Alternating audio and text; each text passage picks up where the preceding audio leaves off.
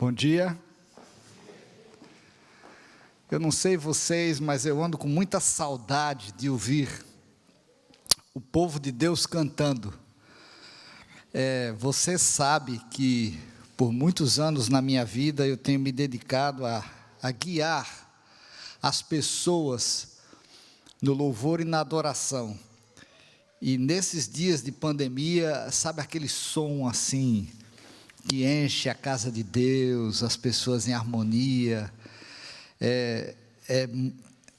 Eu sinto muita falta, muita falta. Mas Deus, na sua misericórdia, vai nos reunir de novo. Hoje de manhã, a gente teve assim uma ideiazinha de como é que é esse fenômeno de todo mundo louvando a Deus. Muito lindos momentos de louvor. Muito obrigado. Que o nome de Jesus seja exaltado sobre todas as coisas, porque só Ele é Deus, só Ele é Rei, só Ele é poder, só Ele é realmente honra, glória e majestade. E para Ele toda honra, toda glória, toda majestade, porque Ele é o Rei dos reis e Senhor dos senhores. Amém? Queria convidá-los a abrir a Bíblia no livro de Mateus capítulo 2. Mateus capítulo 2 diz o seguinte: depois que Jesus nasceu em Belém da Judéia, nos dias de Herodes, magos vindos do Oriente chegaram a Jerusalém e perguntaram: onde está o recém-nascido rei dos judeus? Vimos a sua estrela no Oriente e viemos adorá-lo. Quando o rei Herodes ouviu isso, ficou perturbado, e com ele toda Jerusalém. Tendo reunido todos os chefes dos sacerdotes do povo e os mestres da lei, perguntou-lhes onde deveria nascer o Cristo. E eles responderam: em Belém da Judéia, pois assim como escreveu o profeta: mas tu, Belém, da terra de Judá, de forma alguma és a menor entre as principais cidades de Judá, pois de ti virá o líder que, como pastor, conduzirá a Israel, o meu povo. Então Herodes chamou os magos secretamente, informou-se com eles a respeito do tempo exato em que a estrela tinha aparecido, e enviou-os a Belém e disse: vão informar-se com exatidão sobre o menino. Logo que o encontrarem, avisem-me, para que eu também vá adorá-lo. Se você está pensando que esse é um sermão de Natal, está enganado. Natal ainda está longe, mas tem uma coisa muito intrigante aqui nessa descrição bíblica. Como é que esses magos do Oriente ficaram sabendo que Jesus tinha nascido? E como é que o pessoal de Jerusalém não sabia de nada, não se preparou para nada? Não é uma coisa impressionante isso? Alguns estudiosos dizem que esses magos, eles eram caldeus, eles vieram da Mesopotâmia. Entre Israel e a região da Mesopotâmia tem um imenso deserto. Então o caminho para chegar, ele faz uma volta, ele vai por ali, como quem sai hoje do Iraque, sobe, vai, passa pela Síria, aí desce, passa perto do Líbano e finalmente chega em Israel. Eu não sei qual foi a rota que eles fizeram, mas aconteceu o fenômeno de que esses magos orientais, muito provavelmente caldeus da Mesopotâmia, eles decidiram vir. Quem eram eles?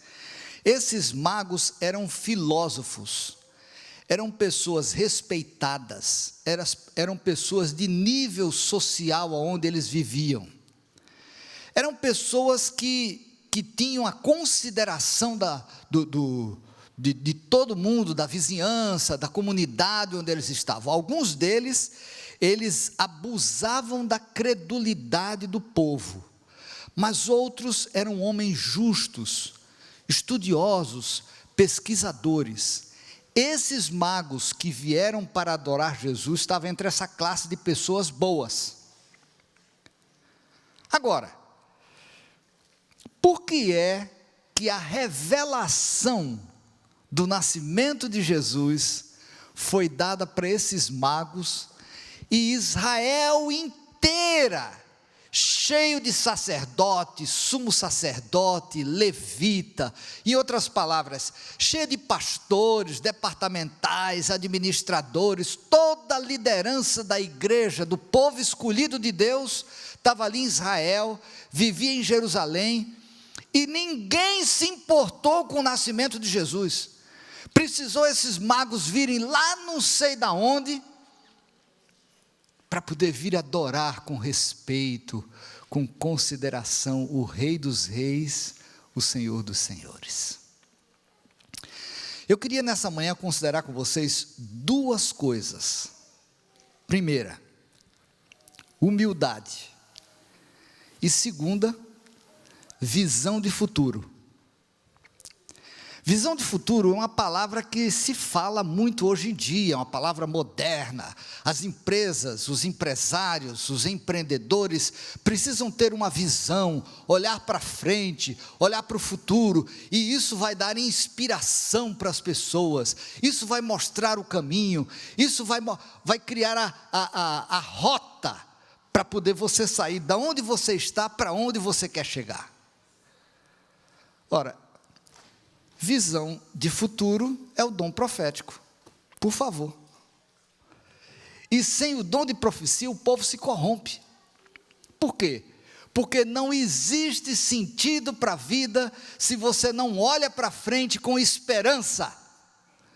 Não existe razão para você sobreviver se não existe um motivo maior, um sonho, algo que motiva você, que empurra você. Pois muito bem, a visão de futuro, que é o dom profético, ela só é revelada aos humildes. E quem são os humildes? O dicionário, ele dá 6 características para o humilde. A primeira delas diz o seguinte: o humilde, deixa eu pegar aqui para poder não esquecer nenhuma. O humilde, a humildade é a qualidade do humilde. E quem é o humilde? O humilde é a pessoa que tem a capacidade de reconhecer os seus próprios erros, defeitos e limitações.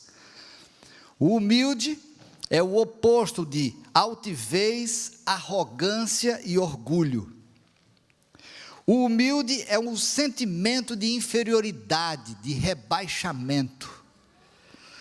Número 4, o humilde é uma demonstração de respeito ou submissão, deferência, reverência. Número 5, humildade é a ausência de luxo e sofisticação. E finalmente, humildade é pobreza. Eu acho que cobre bem humildade, né?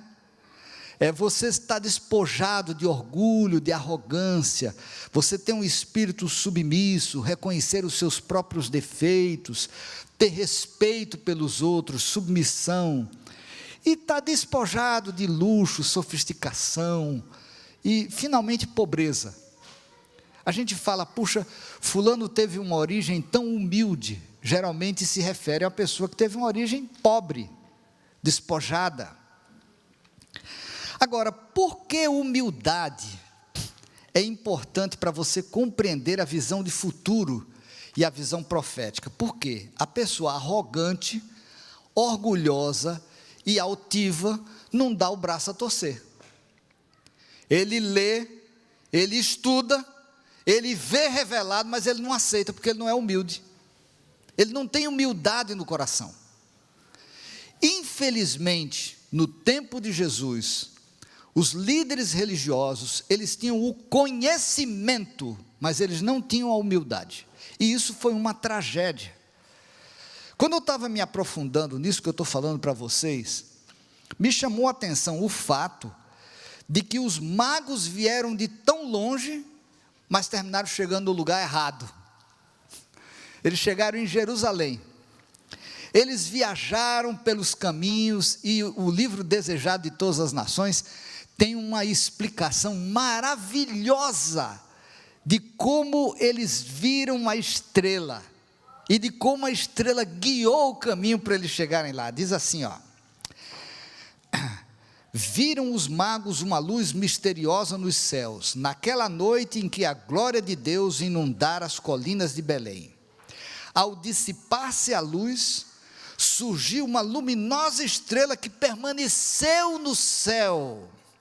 Não era uma estrela fixa, nem um planeta, e o fenômeno despertou o mais vivo interesse. Aquela estrela era um longínquo grupo de anjos resplandecentes, mas isso os sábios ignoravam. Todavia, eles tiveram a impressão de que aquela estrela tinha para eles um significado especial, e consultaram sacerdotes e filósofos, e examinaram os rolos dos registros antigos. E diz mais embaixo: os magos acolheram com agrado a luz da verdade enviada pelo céu. Agora era sobre eles derramada em mais luminosos raios. Foram instruídos em sonhos a ir em busca do recém-nascido príncipe. Que coisa!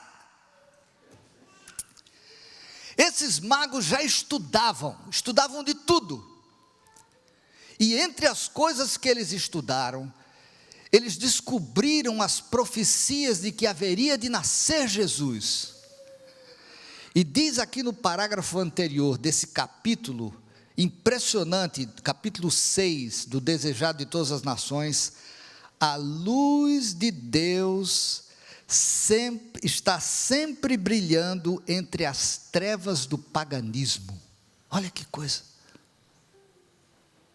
A gente acha que a luz de Deus, ela brilha somente entre nós, ou entre os estudiosos da palavra, aqueles que conhecem o cristianismo.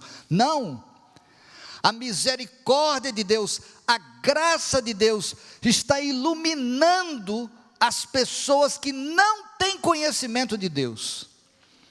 Porque no plano de salvação, a mensagem do Evangelho tem que chegar inclusive aos pagãos. E esses pagãos foram abençoados com a iluminação do conhecimento, com a revelação da vinda do Salvador, e com o caminho. E que caminho extraordinário! Estudiosos do céu, eles viram um fenômeno especial. Passou a ter um clarão. Esse clarão era resultado do que os pastores em Belém viram. Glória a Deus nas alturas, para aquilo iluminou o céu. Não foi só em Israel, não foi só em Belém, foi no mundo. A terra se iluminou com a presença daqueles anjos, louvando a Deus pelo nascimento de Jesus.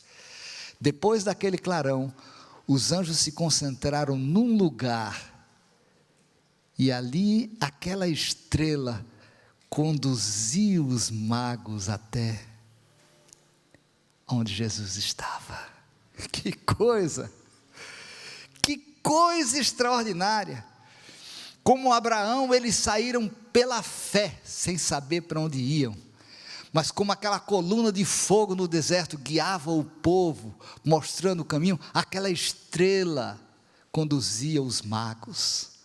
Eles não podiam viajar de dia, porque aí não dava para ver a estrela, mas durante o dia, eles descansavam e estudavam mais as profecias com humildade, tentando descobrir o sentido da palavra profética.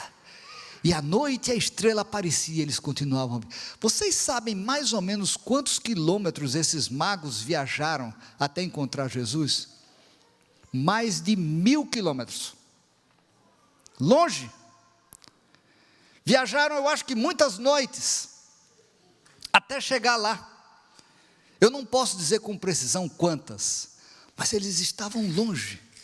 E eles perseveraram e vieram. Finalmente, eles chegaram em Jerusalém. E olha que coisa interessante, diz aqui na Bíblia, em Mateus capítulo 2.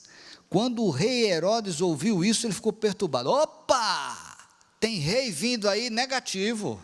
Vou atrás desse reizinho aí. Rei sou eu. Quem é esse garoto que está nascendo aí? Não tem príncipe para... Não. Tendo reunido todos os chefes dos sacerdotes do povo e dos mestres da lei, perguntou de onde viria nascer o Cristo. Sabe o que os líderes religiosos disseram para Herodes? Vai nascer em Belém, porque a gente conhece a profecia, a gente conhece o dom profético. Eles revelaram para Herodes que Jesus haveria de nascer em Belém da Judéia. Que coisa absurda! Se Jesus estava nascendo em Belém da Judéia, por que eles não foram lá para adorar? Eles sabiam da profecia, mas eles não tinham humildade. Eles tinham o conhecimento, mas eles não desfrutavam a bênção de poder ter a palavra transformando a vida deles. Bom, vocês sabem a distância de Jerusalém para Belém? É pertinho, 10 quilômetros, depende do caminho que você toma, né? Hoje em dia, por causa das voltas e das restrições com fronteira, chega a ser uma viagem até de 140 quilômetros, mas se você for pelo caminho mais perto, de Jerusalém para Belém, na Judéia, 9 quilômetros e pouco, 10 quilômetros, depende do lugar onde você vai, perto. Os magos receberam de Deus a informação de que Jerusalém não era o lugar. Quando eles chegaram lá, a estrela sumiu. Quando eles saíram de lá, a estrela apareceu. Eles seguiram a estrela mais uns poucos quilômetros, encontraram o menino e o adoraram. Eles não chegaram de mãos vazias. Eles tinham certeza de que aquele era um rei especial. E eles conseguiram presentes caros, significativos. Ouro. Já pensou? Eu fiz aniversário essa semana, já pensou eu ganhar ouro de presente? Brincadeira, né? Incenso. Era uma coisa caríssima, especial. Mirra. Eles trouxeram o que de melhor eles podiam, dentro da condição que eles tinham. Eram filósofos, homens respeitados. Eles trouxeram o seu melhor. E com aqueles presentes especiais, caros, eles se prostraram e adoraram aquele príncipe humilde. Aquele garotinho humilde. E toda vez que eu falo da humildade de Jesus, eu fico profundamente tocado. Porque Deus escolheu vir ao mundo pobre? Por que o Rei do Universo, dono de toda a riqueza, toda a glória, todo o poder, toda a honra, por que Ele decidiu vir aqui sem beleza física, sem pompa, sem dinheiro? O pai e a mãe de Jesus eram tão pobres que na hora de dedicá-lo, eles não tinham assim o básico que uma pessoa de classe média tinha para oferecer de sacrifício. Ofereceram o que tinha de mais simples, porque eles não tinham. As roupas eram humildes, eles eram extremamente pobres, e ali estava Jesus, o filho de Maria, no meio daquela pobreza. Mas esses magos humildes, estudiosos da profecia, eles foram usados por Deus para trazer presentes ricos. Por quê? Inspirados por Deus, os magos voltaram por outro caminho e não se encontraram com Herodes. Herodes, quando soube, ficou louco. e percebeu que não estava conseguindo achar o príncipe, o rei que tinha nascido. Diz: o quê? Não vai escapar criança nenhuma. E num plano diabólico mandou matar todas as crianças de 2 anos para baixo. Inspirado por Deus, José e Maria saíram com o menino Jesus para uma terra pagã, o Egito. E ali, com um presente de pessoas pagãs, eles conseguiram sobreviver o início da infância do nosso Salvador. Para pensar. A grande homenagem que Jesus recebeu ao nascer foram de humildes pastores das campinas de Belém e de magos pagãos que vieram do Oriente. E com o presente que eles receberam, foi possível que o Salvador do mundo fosse salvo, sobrevivesse com a família. Eu fico triste às vezes, quando a gente olha com desdém para pessoas que não têm a mesma fé que a gente tem. A gente olha com preconceito para bêbados, drogados, prostitutas, e pessoas que a gente acha assim: nossa, eu não quero me misturar com eles. Eu fico triste com isso, porque a luz da salvação, ela chega a todos, e no plano da salvação, Deus quer dar oportunidade a todos. E nós que temos recebido pela palavra o dom profético, o conhecimento do plano de salvação, nós precisamos ter o coração aberto para todos. Jesus foi abençoado por pessoas desprezadas. Quem eram aqueles pastores? Não eram ninguém na cabeça da liderança religiosa. Quem eram aqueles magos? Eram uns estranhos, gentios, pagãos. Parece um paradoxo, mas a salvação de Jesus criança estava na proteção de Deus e na ação desses magos que deram esses presentes, que ajudou a suprir o início da vida do Salvador do mundo. Que coisa! Por que será que o Senhor Deus permitiu que isso acontecesse? Ele que é o dono de toda a riqueza. Por que não fez um milagre? Não arrumou, sei lá, uma casa chique, comida, uma geladeira cheia de coisa para poder eles comerem? Por que teve que ser desse jeito? Porque quando você é humilde, mesmo que você não tenha o conhecimento pleno da verdade, Deus pode usar a sua vida para abençoar, inclusive, o povo de Deus, e para dar esperança de salvação para os outros. Essa que é a mensagem. O Egito era considerado um lugar desprezível, totalmente perdido, mas foi o local de salvação de Jesus da matança de Herodes. A falta de recurso foi suprida com esse presente especial que ele ganhou. Agora, outra pergunta que me intriga: de onde esses magos descobriram essa verdade bíblica, profética, que terminou gerando a salvação do próprio Jesus? Eu não estou dizendo que eles foram os salvadores de Jesus. Jesus sobreviveu graças à proteção de Deus Pai, dos anjos, da ação do Espírito Santo, mas que eles foram usados aqui na terra para dar proteção, segurança e estabilidade no começo da vida do nosso Senhor Jesus, foram.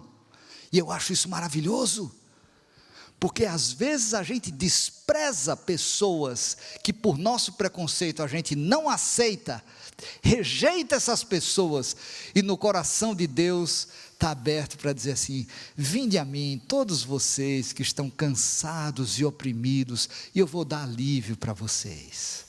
Foi aceitando essa verdade que uma mulher perdida como Maria Madalena encontrou salvação. Foi aceitando essa verdade que tantas pessoas na vida de Jesus encontraram refrigério. Eram pessoas que, os leprosos, lembram deles? Os aleijados, os cegos, os mudos, os endemoniados. Eles eram totalmente rejeitados pelo povo de Deus, mas Jesus abraçou, acolheu. Lembra daquele endemoniado que tinha 3.000 demônios dentro dele? Foi liberto e terminou virando uma testemunha extraordinária da esperança. Eu gostaria nesse momento de falar para você que talvez pode se sentir rejeitado. Como é que a gente se sente rejeitado? A gente se sente rejeitado às vezes pela origem humilde. A gente se sente rejeitado porque a gente tem um defeito físico, porque a gente tem limitação mental. Existem várias razões para a gente se sentir rejeitado, para a gente não se aceitar. Eu quero garantir para você, em nome de Jesus, que a palavra profética garante que existe esperança para você. E mais do que isso, Jesus está de braços abertos para acolher o presente do seu coração. Pode ser que você não tenha ouro, incenso e mirra, mas Jesus aceita o coração humilde. Jesus aceita você. Jesus quer lhe receber. Mas de onde é que esses magos conseguiram essa informação? Sabe de quem? Balaão. Balaão era um mago que vivia na Mesopotâmia. Ele vivia numa cidade bem pequena, chamada, está em Números capítulo 22. Ele vivia nessa cidade chamada Pitor. Eu quero pegar certinho aqui o nome da cidade. Cadê? Ah, não, está aqui, ó. Eu vou desculpar. Petor, P-E-T-O-R. Em São Paulo chama Petor, né? No Nordeste é Petor, Petor. Essa cidade, ela ficava perto do rio Eufrates, na região da Mesopotâmia. Ele era caldeu. E a senhora White fala claramente que Balaão era um mago, que nem esses magos orientais, só que muitos anos antes. Ele foi chamado por Balaque para poder fazer uma profecia ruim contra o povo de Deus. Mas ele era um profeta. Ele vivia numa terra pagã, ele era pagão, mas por alguma razão ele era um profeta de Deus.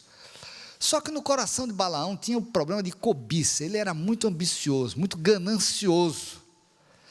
E chegou uma comitiva mandada por Balaque, está escrito aí em Números 22, diz assim: olha, está aqui cheio desse monte de dinheiro aqui, mas você vai lá profetizar contra Israel. Por que é que Balaque fez isso? Ele viu a coisa ficar complicada por lado dele. O povo de Israel estava chegando para entrar na terra prometida. Eles se acamparam naquele vale imenso que fica entre Jericó e o Monte Nebo. É um vale imenso, até hoje está lá. E quando eles se situaram naquele local lá, Balaque disse assim: eu estou perdido. Ele matou Og, rei de Bazã, ele destruiu os amorreus, ele fez isso, ele sabia de tudo. Ele diz a Bíblia aqui que ele estava com muito medo, e diz que ele teve pavor dos israelitas. Aí foi atrás do profeta, cheio de presente. O profeta sabia que ele não poderia profetizar contra o povo de Deus, ele sabia disso, mas o que é que ele fala para a comitiva? Olha, fala o seguinte: vocês ficam aqui, eu vou falar com Deus hoje à noite, e amanhã eu dou a resposta. Na verdade ele estava querendo ver se dava uma força para Deus aceitar o plano dele ir com eles, e ele ficar com dinheiro. Aí Deus disse claramente para Balaão: não vá. Aí no outro dia ele chegou e disse assim: ó, não vou. Os homens voltaram meio desacorçoados, falaram para Balaque: ó, ele não vem não. Aí Balaque disse: o quê? Manda mais gente importante, manda mais dinheiro. Aí voltou todo mundo. No que volta todo mundo, ele já sabia que não era para ir. No que volta todo mundo, aquela comitiva, ele diz assim, faz o seguinte, segura aí, mais uma noite, vou orar a Deus, amanhã eu dou a resposta. Não tinha que fazer nada disso. Ele estava fazendo jogo com Deus. Um profeta fazendo jogada com Deus. Aí quando foi de noite, Deus disse assim, você quer ir? Pode ir, vá. Só que ele sabia que não era para ir. A viagem foi um desastre.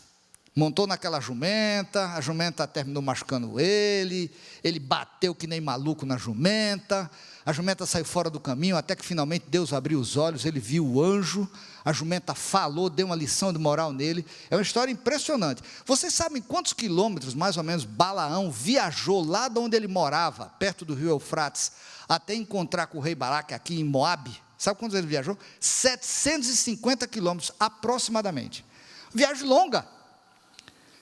Mas quando ele chegou, ele diz assim, vamos fazer o teste, fazer um teste aqui. Aí ele levou até um monte, deixa eu pegar aqui certinho o nome do monte, onde ele foi, Kiriate Uzote, e levou até lá e mandou fazer 7 altares, e em cada altar sacrificou 7 bois e 7 cordeiros, era um culto. Só que lá nesse local, Bamote Baal, era o nome exato do monte, o outro era a região, lá nesse local, que fica bem pertinho do Monte Nebo, onde Moisés morreu e depois foi levado ao céu. Naquele local, ele viu o povo de Deus, mas viu só um pedaço.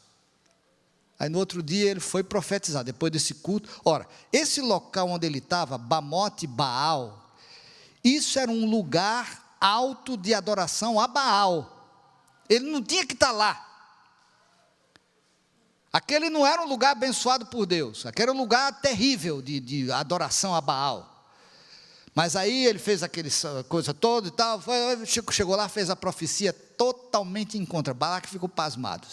Eu te trouxe aqui para você falar mal deles, para dar uma maldição, olha o que você está fazendo. Ele disse, não, vamos para outro lugar. Aí eles foram para um outro local, chamado Monte Pisga. Aí lá no Monte Pisga pediu novamente fazer 7 altares, matou 7 bois, matou 7 cordeiros, se afastou, foi orar a Deus. Ele estava de brincadeira com Deus, era um profeta que estava de brincadeira com Deus. Aí depois disso aí, mesma coisa, falou mal. Aí terceira vez, eles foram para um tal de Monte Peor, todos os 3 lugares de adoração a Baal. Se você quer ouvir a voz de Deus, não vá em lugar onde existe adoração pagã. Você vá onde está o verdadeiro Deus. Aí quando terminou tudo, Balaque virou para ele e disse assim, eu já vi que não adianta, você não vai ganhar nada, entendeu? Acabou a história, mas aí por conta, Deus o tomou pela última vez, e ele profetizou pela 4ª vez.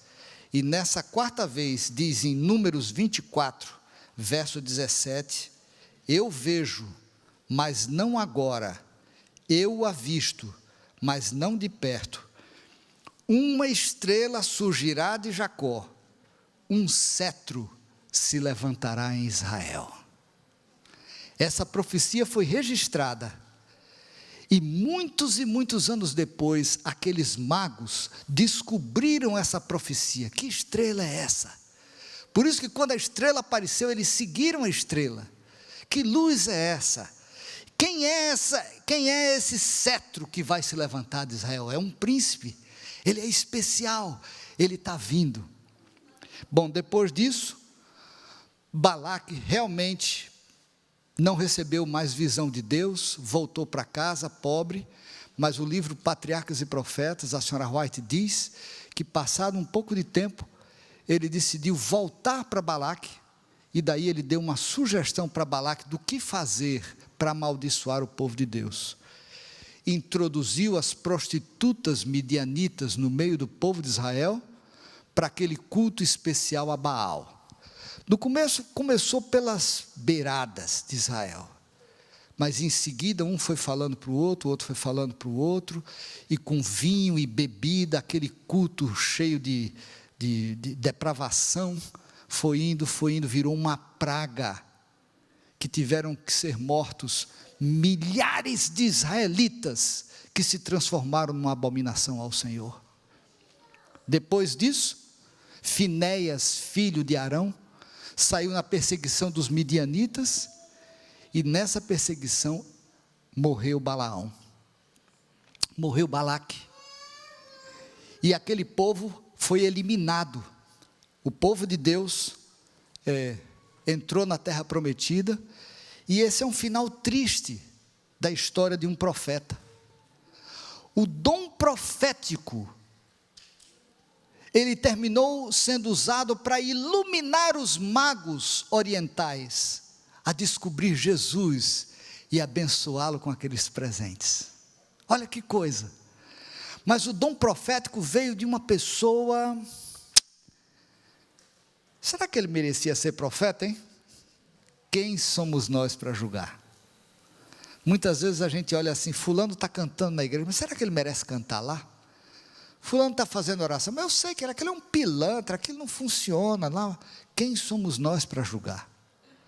Quantas vezes Maria Madalena foi desprezada, humilhada?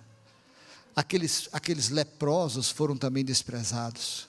Meus amados, as revelações proféticas existem para nossa salvação, mas elas só chegam ao nosso coração se nós tivermos humildade, se nós estivermos despojados, se nós tivermos a disposição de dizer: Senhor, fala, porque o teu servo ouve.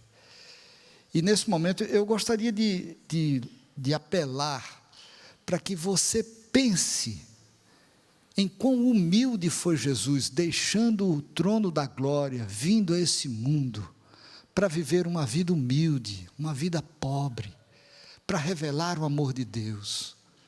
Eu quero que você pense que essa humildade foi o que levou os magos a estudarem, a buscarem as Escrituras, e essa humildade foi o que levou eles a seguir a estrela, até encontrar o Salvador do mundo.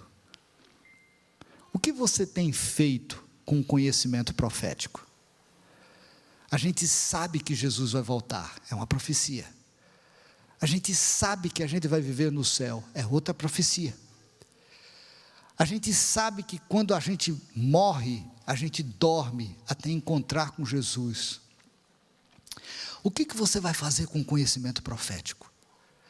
Como você está usando essa informação para levar salvação, para levar esperança, para criar visão de futuro para as pessoas? Que o Senhor Deus abençoe cada um de vocês.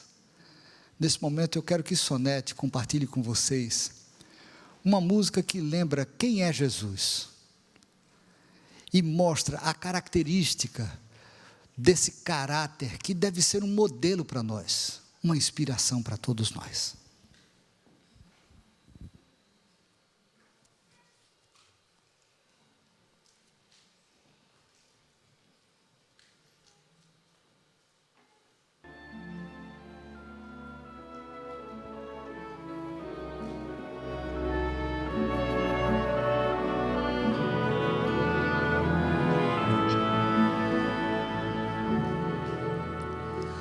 Como gente humilde ele nasceu,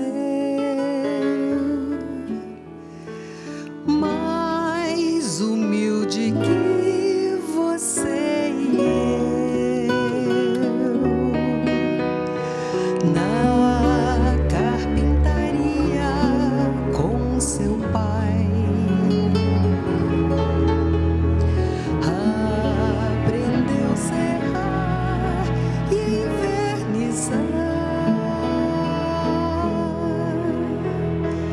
Foi com gente humilde que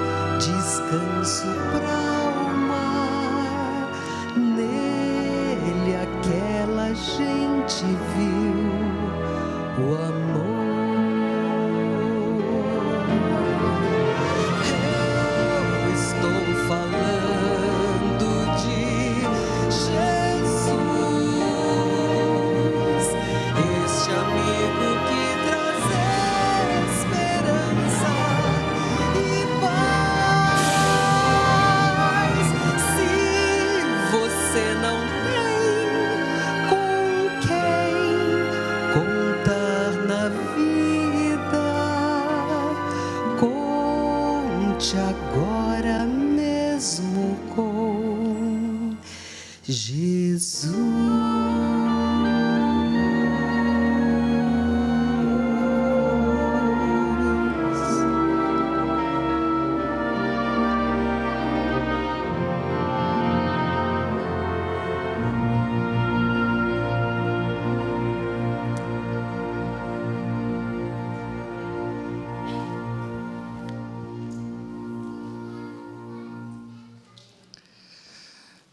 Eu queria convidá-lo para levantar para termos uma oração.